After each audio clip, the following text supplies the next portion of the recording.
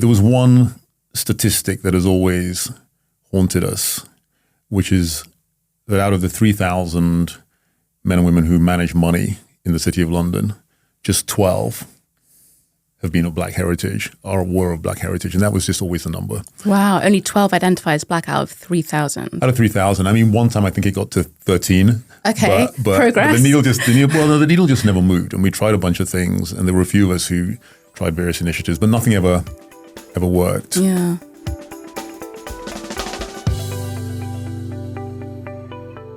Hello, and welcome back to the 10,000 Interns podcast. This is a 6-part series that marks and celebrates the Foundation's ultimate goal of creating more than 10,000 paid internship opportunities for Black students and graduates across 35 sectors across the UK. This podcast series serves as an archive that highlights all the amazing work the charity has done over the last 5 years. Well, you'll hear from interns, from alumni, trustees, and other individuals who've contributed towards the charity's journey so far. I'm your host, Seren Jones, and today in the studio, we are speaking with two of the trustees, one of whom was here right from the beginning, from day one, and the second joined the charity just a few years later. So with me in the studio, I have Dawid and Dawid. Thank you so much for coming. Hi, Seren. Lovely to be here. How are you two doing today? As well.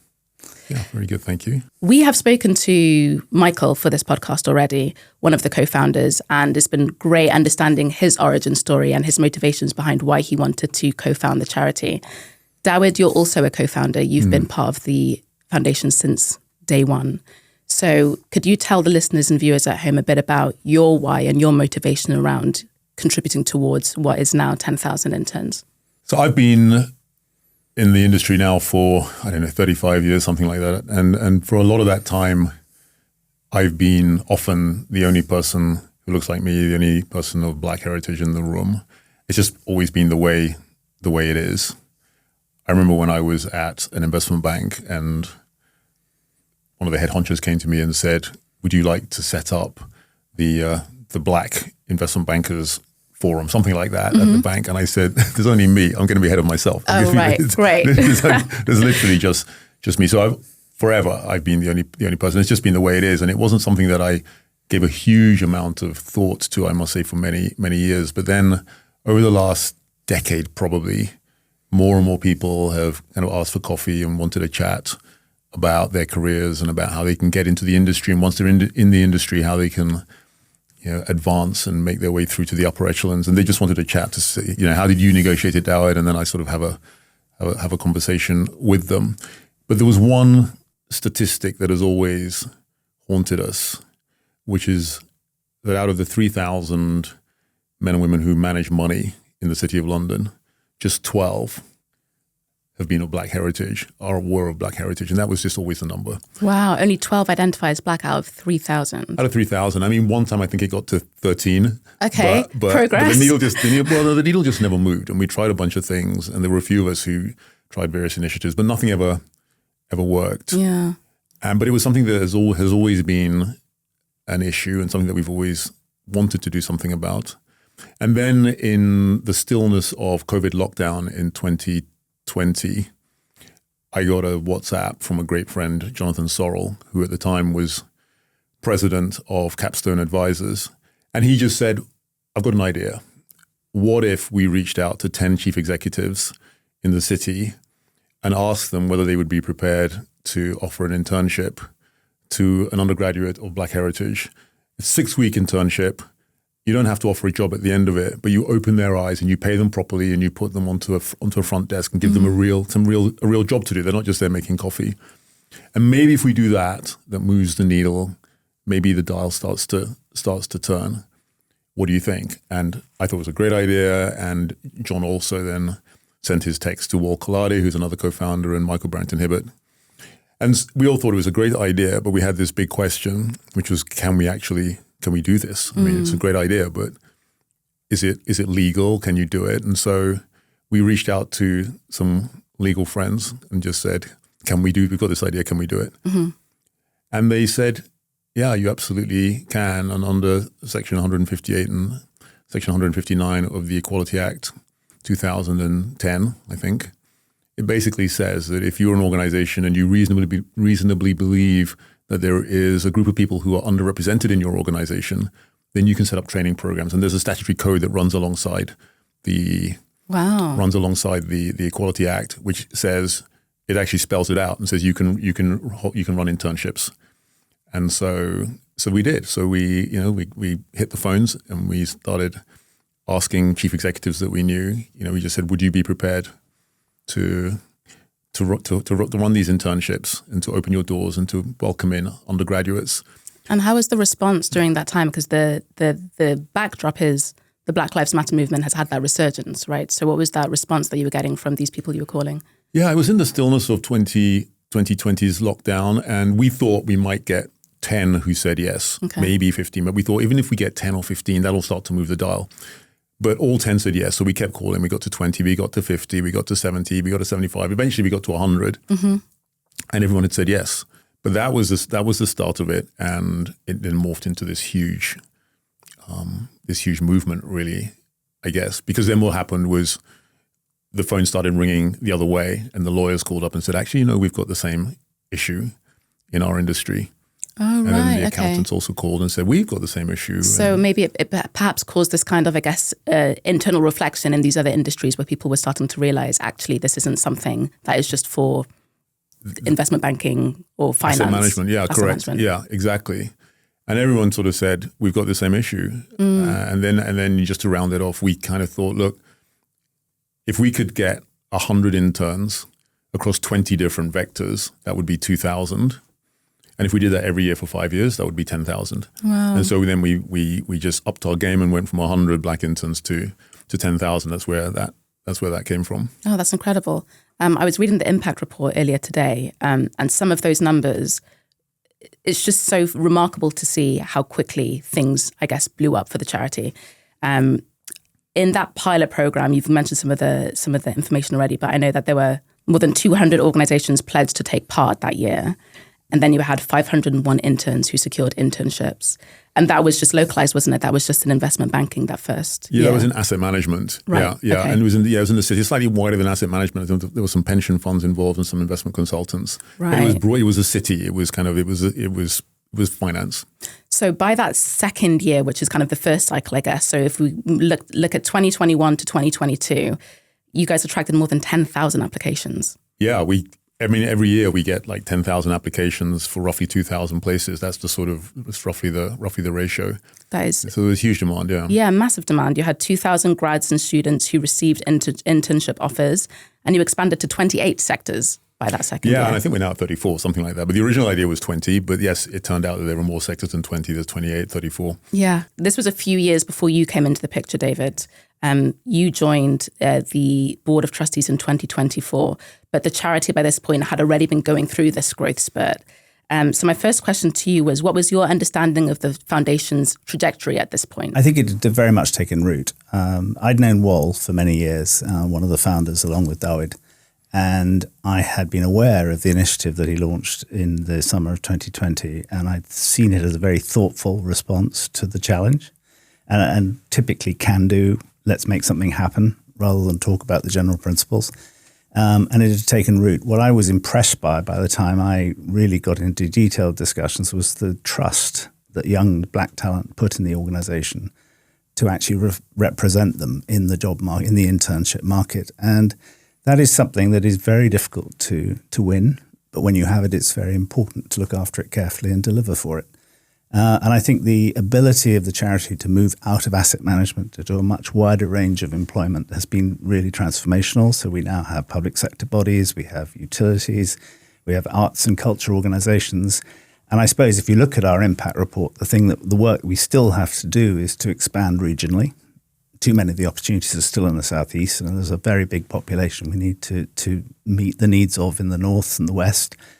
And I think the other piece is that we want to broaden the sectors, because not everyone wants to go into asset management. It's not what they're born to do. So there's a lot of unfinished work, but the most important thing is we built that trust. And people do come to us in many ways. Their only application for an internship is through our organization, and we have to treat that very responsibly. Yeah, extremely. There's something quite interesting, I think, about having so many young black people come to you guys solely to gain access or potential access to these spaces. I'm sure it's a privilege in some ways, but also there's probably a lot of pressure there. How do you deal with I guess, that balance between the privilege and the pressure and the expectation young people have of the foundation? Well, I think part of it comes to something I know Dawid's very involved in, which is preparing them for the interview. And that, to me, is the most important thing we can do, aside from the partnerships we've built with employers who actually see us as a source of highly qualified talent. And that, at the end of the day, is what we have to deliver if we're going to get this organization to grow and sustain itself through many years. But there's no doubt that I think they feel the respect with which they're treated and the way in which they are prepared for the engagement with the workplace puts them in a stronger position than they'd otherwise be. I'm very conscious we don't deliver internships for every applicant, but I like to feel that every applicant that is properly trained with us is actually better placed for the workplace, whether or not they get an internship through the organization. And that wider impact is really important to me personally. And we're passionate about the training. You know, we put a lot of time and effort into it, and we're really trying to find out where the would-be interns, where the applicants are coming from, and what's really on their heart. So rather than coming up with our own curriculum about this is what we think you need to know, we often spend a lot of time when we're online doing the training, and often we'll have, you know, we've had 800 to 1,000 people on at a time on a Zoom call. Gosh. And they really bring it, and then we ask the question, what's on your heart? What do you care about? Yeah. What's troubling you? What's keeping you awake at night? And then we deal with that, and we're passionate about it. And so I think that plays through. So let's go back to that wider impact piece, because it's something that I think has come up again and again in conversation on the podcast, which is from the outside, you are a foundation and you are aiming to hit the milestone of 10,000 internship opportunities. Black students and graduates can come to you and potentially gain access to an internship in a industry of their choice. But there is more than just that you're offering, isn't there? There are these kind of preparation opportunities that are harder to find elsewhere. So Dawid, as somebody who's been kind of leading that charge, can you tell us a bit about why they're so important and what those sessions look like? Yeah, I think when you are applying for a job and, you know, this is your big shot, this is it. You know, we talk to applicants who sometimes will have sent over 100, 150 applications, and increasingly it's pretty clear that you're just you can be one in 1,000 applications. Your chance of getting selected, even if you're amazing, is actually, you know, it's kind of almost a flip of a coin. And that's still if you're, you know, like you said, you're amazing, but perhaps you've graduated from university, you've got that first, but still, it's still that competitive, isn't it? It's not just... Yeah. And if you haven't come from, you know, one of the more prestigious universities, then your chances are lower still. But there might be many reasons that you didn't go to one of the most prestigious universities. You know, people's stories are complicated, complex, and there are a lot of vectors and factors that go into your academics. But there are some super talented people out there who deserve to be given an opportunity and given a chance. And we are determined to help them make the most of what they have. And so that's really what we do. We run these preparation sessions. They come online. They're usually about an hour long, and we do 3 or 4 of them. And in those sessions, we run through everything. I mean, some really basic stuff like, have you got your camera situated in the right place? And can we hear you? Because, you know, if we can't see you because the lighting's not great, and we can't hear you because the signal, the Wi-Fi is terrible. Basic stuff, but stuff that people, I'm sure, take for granted all the time, that they just assume that they have sorted. Yeah, because they're always online, and so this is just how they show up, and sometimes the line works, sometimes it doesn't, but like, this is it, right? This is one of the most important things you're going to have done to date. Yeah. So just make sure that the basic stuff is covered. So we spend quite a lot of time on that, and how you show up is important. So just maintaining eye contact with the camera. Amazing how hard people find to just look at the camera. Yeah, and they're looking rather than look at themselves or look elsewhere. Yeah, they'll be looking down, so the camera's here, but they're looking down at the screen. But there is something about looking at the camera, at the person that you're speaking to. So we'll spend a bit of time on that. And then we'll just run through basic principles around making the most of who you are. So sometimes we talk about features, advantages, benefits, which is the idea that, you know, you want to talk about yourself. People often just don't know what to say about themselves. And so what you want to be able to do is talk about yourself. So there'll be a feature. There'll be something, so for example, you speak Welsh. Well, that'll be a feature. And why is that an advantage? Well, it might well be that there's an opportunity to do something in Wales, and you know that this company has, you know, branches in Wales. And then there's a benefit. And so you want to then, so somewhere in your narrative, as you're speaking, think about when you get asked a question about yourself, about why that's an advantage and about how that's a benefit to the person you're speaking to. And it's not always blindingly obvious, but just think about that. So just FAB, feature, advantage, benefit, about yourself when you get asked a question. Well, what are your values? What do you care about? How do you want to change the world? And then basic things like be curious. So just coming back to the values thing, for example, let's say your values are, I don't know, humility, excellence, and respect. So we really encourage you to have 3 values, just things that you don't make them up. I mean, they need to be things that you genuinely care about. The All Blacks, I think, are humility, excellence, and respect. Those are their values. Right. So they're humble, even though they're all Best conquering. in the world, yeah. And they beat everybody. They're humble about it. They're excellent. Goes without saying, but everything they do is as good as it possibly can be, and they show respect to everyone, even if they crush you, 30-0. They show you respect. So those are 3. There's an example of 3 values, but have those values and then weave them into the conversation and explain how you live by them, and suddenly the conversation takes on a completely different, different level of meaning. So we spend a lot of time on things that are extra curriculum, if you like, but it's about making you aware of who you are and making the most of who you are and showing up in the best possible way that you can. And in terms of the students and the graduates who have done this preparation with you, some of whom have gone on to secure internships, some have gone on to secure, I guess, graduate positions after the internships, and some haven't. But in terms of that feedback that you get from them, how has that helped them, I guess, go into the world, to apply for jobs, just added to their, I guess, character, to their identity? Because it's we call them soft skills, but I almost feel like that's not quite the right adjective to use to describe these really important kind of characteristics that you're helping kind of build and curate. Yeah, so we're really talking about Gen Z, which is kind of the age, I think, now sort of 19 to 26.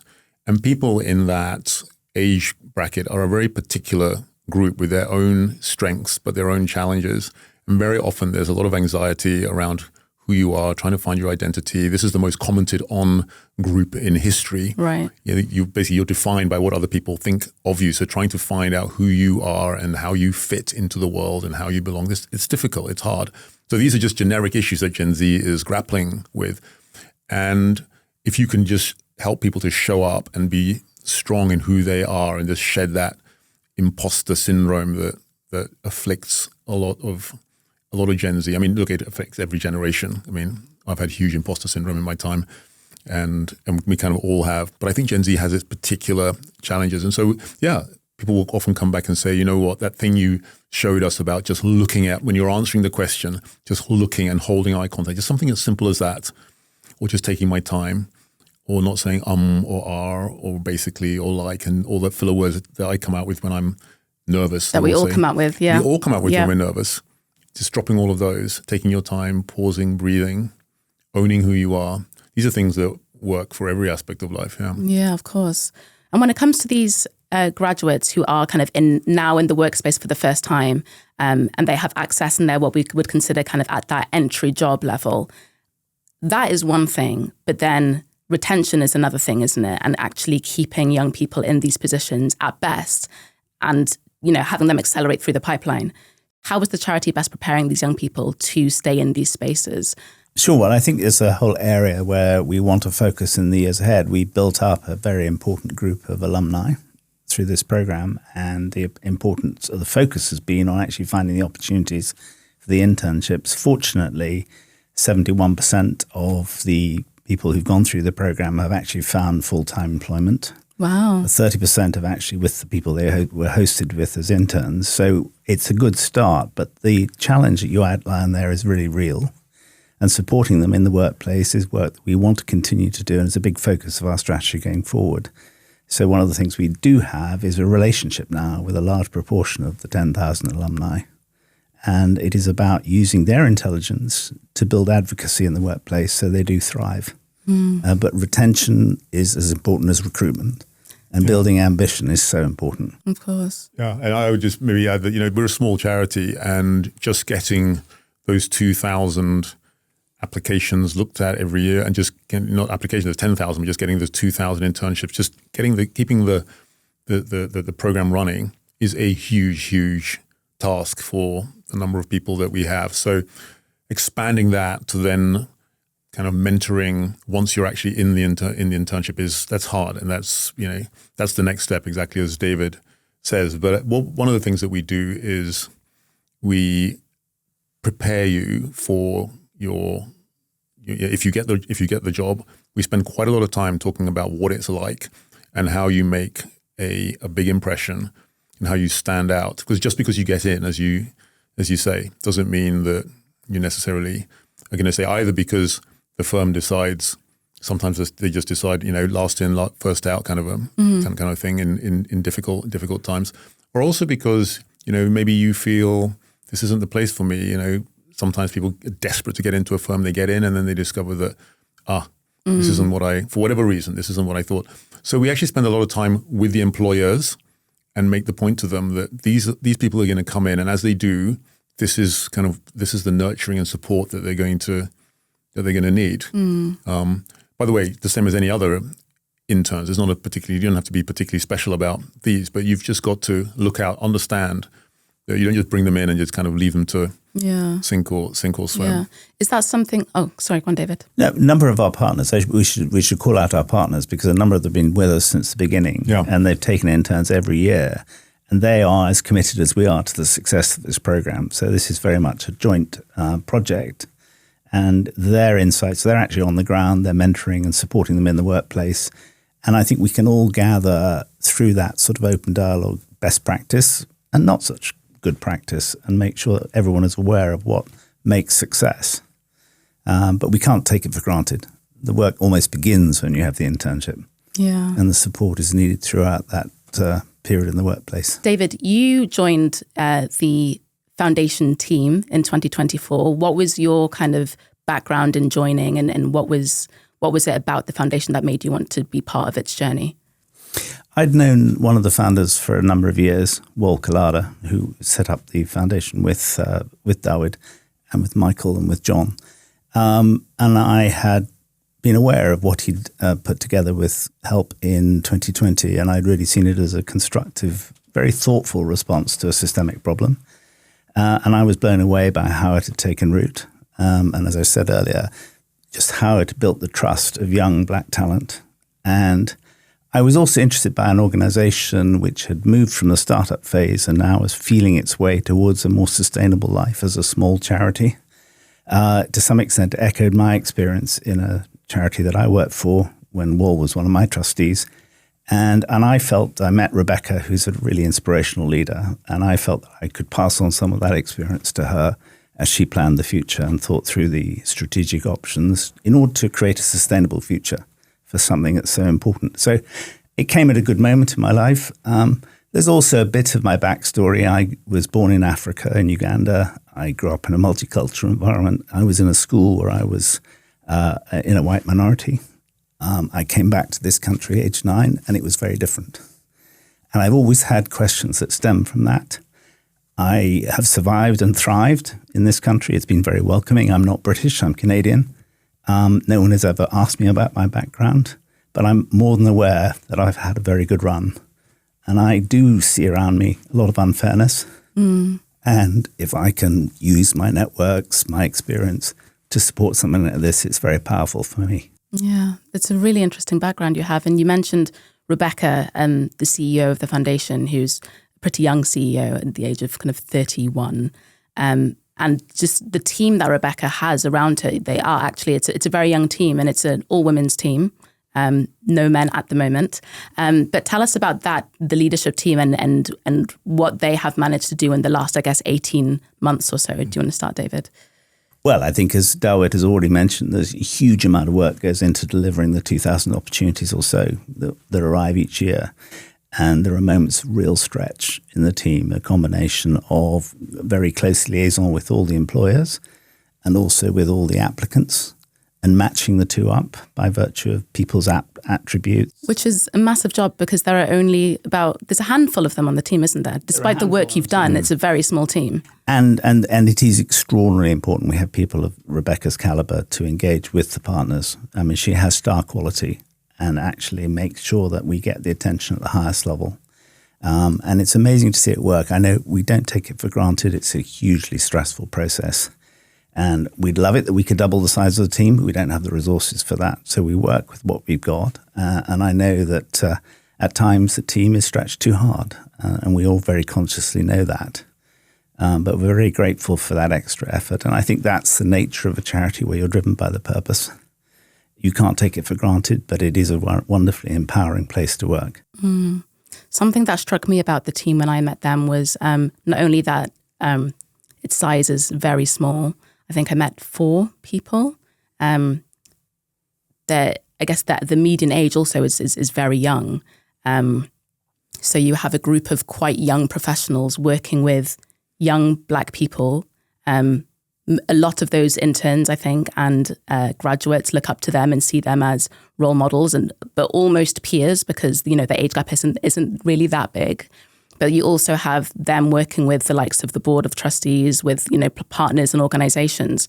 How do you think the team is successfully, I guess, balancing those two roles, where they are very much on the ground and working with the people, but also in these more corporate spaces where they're having these kind of more political negotiations that need to happen? I think it's a tough balance. I think it, particularly in the current environment, it is quite tough in some of the echo chambers they're working in and some of the challenges that the organisation sometimes receives. So I respect the balance they bring. I do think each of the senior leadership team is quite different. They reinforce each other, support each other in different ways. But I do think that as an organisation, you never have the luxury of more resource. So I think the most important thing is a sense of priority and teamwork, and actually occasionally time off. It's really important to get that at the right moment. Yeah. I think also they're interesting. They're a sandwich generation between the Gen Zs and broadly the Gen Xs and the boomers, who are kind of running the corporations that they're speaking to, which is rather lovely because it means that they can speak with familiarity to the Gen Z generation. As David has said, they're close. As you've said, they're close in age. Their experiences aren't wildly different. I mean, they are a different generation than the next generation, but nonetheless, they speak the same. They have a common language. But then they are also able to speak to this older generation, and they do that very well too. So they are young, but they're exactly the right demographic. They're exactly the right age range, and finding these people finding the right people is not easy. I mean, when we were setting this up in 2020, I remember we talked to several headhunting firms, and I remember one firm saying to us, "You guys are more demanding than if we were trying to find the CEO for an investment bank." Yeah, they said, we just went through candidate after candidate after candidate, and maybe it all got a bit. Maybe it took a bit too long. I don't know, but we looked at a lot of people, and eventually, we found some good people, and the team we've got now they're superb. I was at a lunch with Rebecca not so long ago, and she was talking to someone who was a potential partner. I was just sitting watching, just thinking, she is really a class act. She's very, very impressive. She's super on it. She's got very high EQ. She's super sensitive to the conversation. She's always got an answer for every question that's thoughtful and insightful. She's very impressive. And Nana, who works with her, likewise. And the whole team, they're very good, and they hire very well. So we've been very fortunate, I think, with that team. You can't take it for granted, huh? Yeah. I've hired a lot of people in my time. I'm sure you have as well, David. And you don't always get what you think you're getting. Yeah. Let me just pick up on something Dawid said, which I think is really important. For leaders of organizations now, they're more than aware of the age diversity of the people working for them. And they are very conscious they need to communicate effectively and work effectively with every different strata within the organization. And I think, just to Dawid's point, the senior leadership team, because they are able to relate both to the Gen Zs and to the more senior people, provide a fantastic bridge. And so as employers, you can have those open discussions, and they can help translate, to be honest with Right. you, and help you fulfill your ambition, but in a way that's aligned with what they know the ambitions of the young people are. Exactly. And it's a more complex workplace, I think, in the last 10 years than it's ever been before. When I first started out, it was hierarchical. Right. You saluted. So that is not the way it works now, and I respect that. But it means that the leadership in various corporate environments has to adjust to that very changed environment, and I think we can provide a huge help in that. Yeah, I think By delivering some high quality people to the door, but in the right way. Yeah, it sounds like the perfect balance, really. And I know you've got that with the 10,000 Interns Foundation, but you've also got the Able Interns as well, which is something that wasn't part of 100 Black Interns, but kind of came as part of the evolution of the foundation. But David, can you tell me a bit about the Able Interns Foundation and that branch of the charity? Well, I think the charity had an ambition to meet all areas of disadvantage where there was underrepresentation in the workplace, and obviously the origins were very much in the aftermath of George Floyd around Black and Black heritage talent. The next vertical that the charity looked at was the issue of disability, and out of that came the Able Interns. There will be a different group of trustees who will be best placed to progress that, using all the shared infrastructure, a lot of the data infrastructure, which is important, and also the core relationships that we have with the various corporate partners. But we want to look after different groups in the right way and with the right sort of understanding and empathy. And so that is the reason we're looking at perhaps a different organization, but very much from the same roots. And there are likely to be cross-trustees between the two organizations. Interesting. So what's the goal then, I guess, for the foundation? Is it to have these kind of pipelines of in kind of different groups and different categories where there's a kind of that umbrella organization, perhaps? A lot of thinking going into this at the moment. My sense is that we will, certainly in respect to the Black and Black heritage population, look to support their experience in the workplace. So go deeper into how we address those issues of retention and progression in the workplace. And how do we build the confidence in the workplace? And how do we use the alumni that we've created as a network to encourage each other? Because that's our real asset. So I think that will be the direction of that work. It's early days on the others. And I think just to add to that, there's an analogy that I sometimes use, or a metaphor from back in the day, that I wrote a blog maybe 8 years ago, but I talked about the kink in the hosepipe. And the point I was making was, imagine you're out watering your garden. It's a hot summer's day, and the water's flowing freely, and it's all good. And then suddenly the water stops, and you think, why would someone turn the tap off while I'm watering the garden? So you go and you check, and the tap's actually on. So you think, that doesn't make any sense. The tap's on, there's no water. And then you think, I know, there's a kink in the hosepipe. So you go looking, you find the kink, you unkink it, you go back, you pick up the hose, and there's still no water. It doesn't make any sense. The tap's on, they've unkinked it. Then you realize there's more than one kink. So now you go kink hunting. You find all the kinks in the hosepipe, you unkink all of them, and then the water flows. And it's a little bit like that. We are at 10,000. We're unkinking one of the kinks, but there are kinks all the way along that hosepipe, from early childhood all the way through. This, by the way, is true not just of people of Black heritage. It's true of people with disabilities. It's true of people from in different who come from disadvantaged backgrounds. Generally, there are these kinks in the hosepipe that just aren't there for other people, and so the idea of unkinking the hosepipe, particularly for this vertical, is something that we're going to be thinking more and more about, which is, for example, about retention, which is then about progress. It's all very well being taken on, but now how do you end up potentially in the C-suite?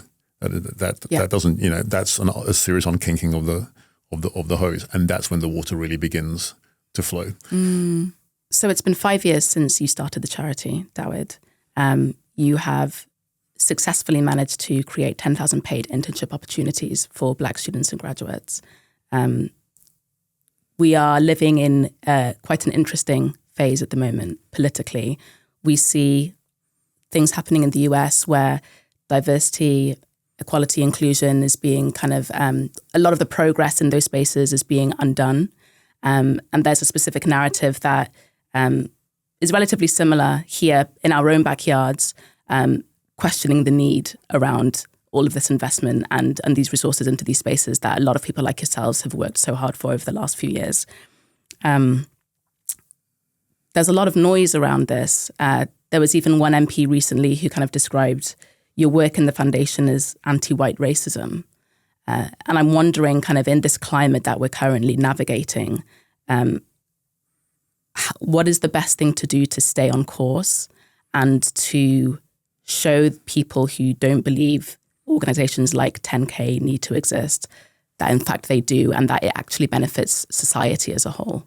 So look, I would say that these are definitely interesting times, but that is the way it is. I mean, I've been working for something like 35, 40 years, and there's never been an easy time to do anything. Everything's always been hard. If you're pioneering or you're an entrepreneur, then you're always kind of, cutting your way through the undergrowth. I think that's quite interesting, because I feel people of my generation would feel as if this is really hard. Has it been this hard? Some of the interns I spoke to said, they were doing these internships during the pandemic where they were locked inside. Things felt really hard then, and now the job market is extremely hard. But you're saying that there have always been these peaks and troughs have always existed anyway. Depending on what you're looking at, but so the pandemic was incredibly hard for everyone, without any doubt, right? It's got nothing to do with the issues we're talking about today. No. It was a different type of hard. Or you look at the global financial crisis in 2008, that was unbelievably hard if you were there then. Or the Far East crisis in 1997, when I was working in the Far East, and it was incredibly hard. Like what I really mean is that there are always hard times, and there will always be hard times. And I don't think this is an easy time. It's definitely a difficult time. And you rightly ask the question, how do you stay on track? But I think for us, just setting up the organization, and that wasn't easy either, by the way. It's not like 5 years ago, this was, was an easy thing to do. I'd made the point that 10 years ago, we were stuck at 12 out of 3,000. It wasn't for want of trying. I mean, we tried a whole ton of things. So it was hard to move that needle. And setting it up wasn't particularly easy either. No one had ever done anything like it before. And so it's always been difficult. But our mantra has always been put one foot in front of another, and you will move forward. Do not be distracted. Just keep doing what you're doing. The legislation is pretty clear that where there is a need, you can, and it doesn't quite say you should, but it clearly envisages that there are situations where groups of people are underrepresented, and it says, here's what you can do. You can set up internships to try to address that. And that's really all we're doing. And I think for me, not getting caught up in all the noise and in all the wahala, as we say in Ghana, where I grew up, and just putting one foot in front of another is testament to that. And there are thousands and thousands of people who come up to the founders and to the chair and to Rebecca and to the team almost every day, or send emails in just saying, the game has changed completely for us, and thank you. And so I think that's, it's we could probably get more complicated than that. But for me, it's just about continuing to do what we're doing, and about watching the landscape change and seeing more diversity, and seeing not just people by the way of color, but seeing people from different social backgrounds. There are so many. There are young white boys and girls who come from very deprived backgrounds who need to they need their opportunity to sit at the table. There are people with disabilities. There are people, and there's lots of people who need a seat at the table, and we just are dealing with one vertical and unkinking one kink in the hosepipe. So that's the way I see it. I don't kind of try to overcomplicate it. I just think we just keep doing what we're doing, and we shall get there. Is it as simple as that, David? Just to keep doing what you're doing? That is essentially the punchline. I mean, what I would say is some of the comments that have been made recently reflect much deeper range of frustrations with society.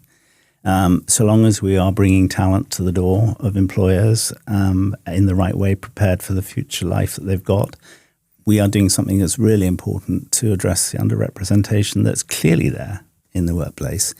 And it may be that some of our partners need to change their messaging. Some doors may close, others open. But we'll keep doing what we're doing because there's a need for it. We're not the source of the problem, but I can understand the frustration because it represents wider discomfort in society, and we have to be sensitive to that. But there is a deep need for what we're doing. And I'm assuming after 10,000, you've hit the milestone. The milestone is to continue, whether it's 15, 20, whatever thousand that is, for potential organizations who are interested in pledging and working with you. What would you say is that kind of one key message, the one key benefit that they would have if they were to partner with the foundation from each of you? Exciting talent that we bring to the door who really welcome the opportunity to get that experience. And as I say, high proportion of them end up working with the employer that hosts them. And that couldn't be a more exciting message for an employer. I've led an organization, I've been involved in organizations, and getting the right talent to join you at a young age is one of the most important things to get right.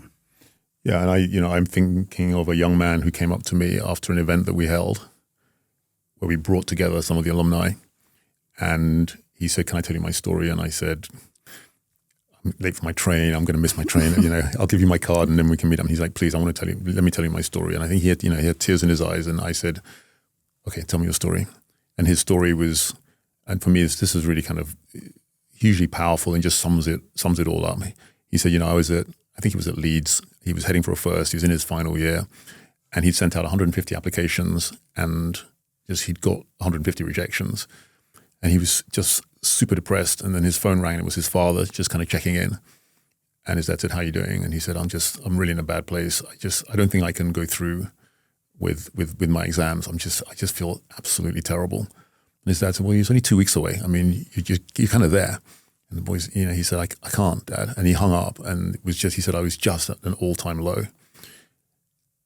And he said, I was walking back to my room, and I never felt so low. And then my phone rang again, and it was a friend. And this friend said, "Have you heard about this program? It's basically for people like you and me, and there are firms in the city of London who said that there's space for us, and if we apply, then maybe we get an internship." He said, "I was like, I've sent out 150, I'm never going to get anything back." But the other problem was that it was the last day. It was closing that evening. So he got back, and he had like an hour to go. He just got his application in. And then he said to me, and I got 3 interviews, and now I've got a job at one of those asset managers. And then he really grasped my hand tight, and he said, "I just want to say thank you, because I think this program, I think it saved my life." And at that moment, I was just like, okay, that was worth missing my train for. Because that was just, and in that moment, I realized that this was big, right? This wasn't something kind of small that the group had created. This was something very big. So I would say, I would just say to anyone who wants to partner with us that that's what you're doing, and that was one person, and there were 10,000, and there are so many more. That would be what I would say. Life-changing work. Fantastic. Thank you both so much for joining me for the conversation. It was lovely to finally meet you both and to have you part of the series. So thank you. Thank you. Thanks, Seren. Thank you for taking the time. If you have any questions or want to get involved with the 10,000 Interns Foundation, you can find more information on their website at www.10,000internsfoundation.com. And you can also follow the charity on LinkedIn and Instagram. Thank you so much for tuning in, and see you next time. Bye.